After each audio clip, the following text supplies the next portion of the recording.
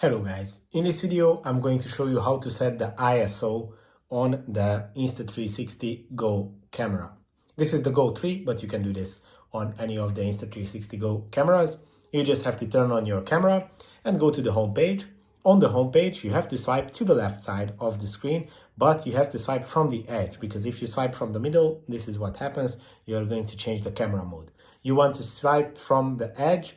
If you swipe from here, it is going to open up this menu, and in the manual menu, you can change the ISO by tapping on the ISO, and here you can see all the options that you have. You can go to auto. The max is 400, 800, 3200 max, and you can go to all of these options.